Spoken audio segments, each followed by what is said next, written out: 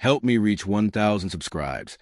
Support the video with a like, and leave your thoughts in the comments. I read every comment. Thanks. I used to believe silence was power. If you pull away first, if you make them feel small, they'll come running. That was always my experience. Men chased distance. Men hated rejection. Men begged when you made them feel like they were about to lose something. At least, that's what I told myself. So when James asked me to dinner that night, I already knew how it would go. I would say no. He would insist.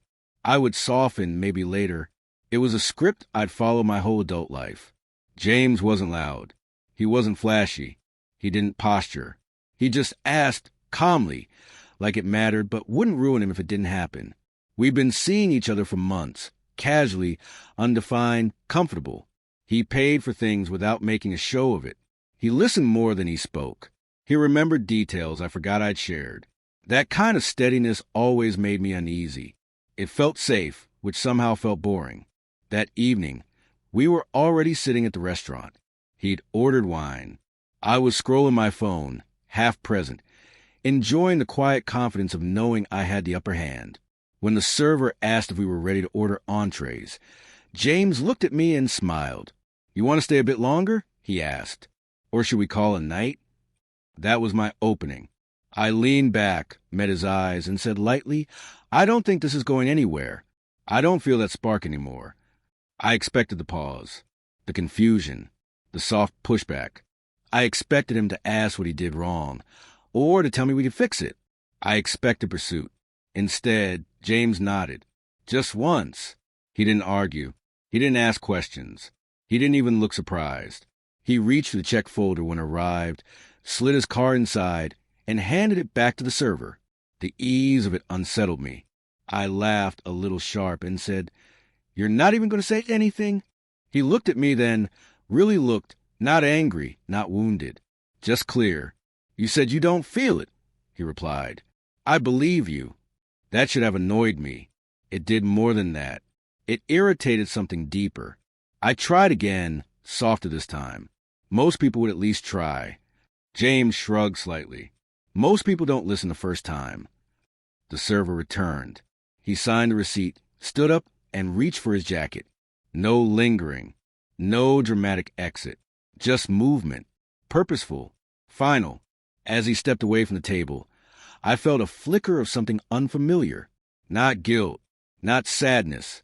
Panic. If you're noticing that quiet shift in control already, tap like so this story reaches the people who felt it too. "James," I said too quickly. He stopped, turned back, patient but distant. "You're really just done?" "Yes," he said. Not cruelly, not proudly, simply as a fact. "I don't chase clarity." He walked out. I stayed there longer than I meant to. Long enough for the wine to go warm. Long enough for the hum of the restaurant to start feeling too loud. I checked my phone, expecting a message. There was nothing. No follow-up. No late-night text. No apology disguised as humor. I told myself he was waiting. Men always waited a little, hoping you'd reconsider.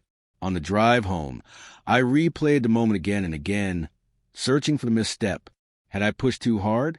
Should I have smiled when I said it? Should I have said maybe instead of no? I drafted messages in my head. Casual ones that left him room to come back. Be honest. If you were in his place, would you have walked away that cleanly? Say it in the comments. I didn't text him that night. I wanted him to feel it. The distance. The absence. That was the point, wasn't it? The next morning, there was still nothing. By the afternoon, irritation had replaced confidence. I sent a short message. "Didn't expect you to disappear like that." Hours passed. Then an answer. One sentence. "I didn't disappear. I left when you asked me to." That line hit harder than I expected. It reframed everything.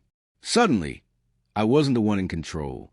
I was the one who'd spoken too freely, assuming consequences would bend for me. If you've ever underestimated someone's boundaries, type "listened" in the comments. I tried to regain footing. I suggested coffee. He declined politely. I joked about overreacting. He didn't engage. The dynamic I'd relied on simply wasn't there. And that's when the truth crept in uncomfortable and sharp. James hadn't walked away to punish me. He'd walked away because he meant what he said. That realization followed me into the evening, heavy and unresolved. For the first time, rejection hadn't made someone chase me. It had made them vanish. And I didn't yet understand what that said about me. The days after James walked away felt strangely hollow. Not dramatic, not heartbreaking. Just quiet in a way I wasn't used to. I kept checking my phone out of habit. Not because I expected a message, but because my body hadn't caught up with reality yet. Silence had always been temporary before. This time it stayed. I started replaying our entire history, not looking for where he failed, but where I'd misread him. James never promised forever. He never begged for reassurance. He never argued when I pulled back. I'd mistaken that for weakness, for passivity. What I saw now was restraint. Choice. He wasn't waiting to be chosen. He was deciding whether to stay. And when I told him I didn't feel it, he believed me. That realization didn't make me miss him right away. It made me uncomfortable. Because if James hadn't been playing the same game as me, then all my little tests, all my calculated distance, had landed on someone who never agreed to participate. I wasn't powerful in that moment at the restaurant. I was careless. A week later, I ran into him by accident. A grocery store, early evening. He was comparing labels, focused, calm, like nothing in his world had been shaken loose. He noticed me only when I said his name. He smiled politely, the kind of smile you give someone you genuinely wish well, but no longer carry. We exchanged pleasantries. Weather, work, normal things.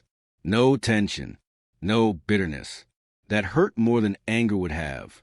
I finally said, "You seem fine." "I am," James replied. I was sad for a day. Then I remembered I want mutual enthusiasm, not negotiation. There it was. The difference. I treated affection like leverage. He treated it like consent. When I didn't offer it freely, he removed himself without theatrics. No lesson, no speech, just alignment. If this moment is hitting something personal, consider sharing this story with someone who might need to hear it. Sometimes perspective travels better than advice. After that, I didn't see him again, but I noticed his absence everywhere. In the way other men reacted when I pulled back, confused and insecure, and how often I felt bored where I used to feel in control. James had taken something with him. Not affection, but the illusion that rejection guaranteed power. It took months for the final understanding to settle. I hadn't lost James because I rejected him. I lost him because I assumed rejection was a tool instead of a truth. He didn't leave to teach me a lesson. He left because he respected himself enough to believe my words. That changed how I dated after him. Not immediately. Growth never arrives on schedule. But slowly I stopped testing people.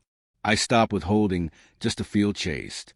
I started saying what I meant, even when it risked losing someone. Especially then. Here's something to think about. Do you believe rejection should trigger pursuit or clarity? Share your take below, and let's talk about it. Sometimes I wonder if James knows what he did. Not for me specifically, but in general. Walking away without resentment, without punishment, without drama, that kind of self-respect lingers. It teaches quietly. It reframes memory. I don't think he intended to change me, but he did. The truth is, the moment I rejected him, I thought the story was about my desirability. It wasn't. It was about his boundaries. He paid, he stood up, and he never looked back because he didn't need to. He wasn't proving anything. He was choosing peace over persuasion. If you believe walking away can be an act of strength, not ego, drop the word boundaries in the comments. I still don't think rejection is wrong. People are allowed to feel what they feel. But I no longer confuse indifference with power or silence with control. Sometimes, the strongest response to rejection isn't pursuit, it's acceptance. And that night at the restaurant taught me something I didn't know I needed to learn. The person who loses control isn't the one who's left. It's the one who expected someone else to stay at the cost of their self-respect. If this story gave you a new perspective, like the video, leave a comment answering this. Would you rather be chosen reluctantly or walk away calmly? And subscribe for more stories that explore the moments that quietly change us.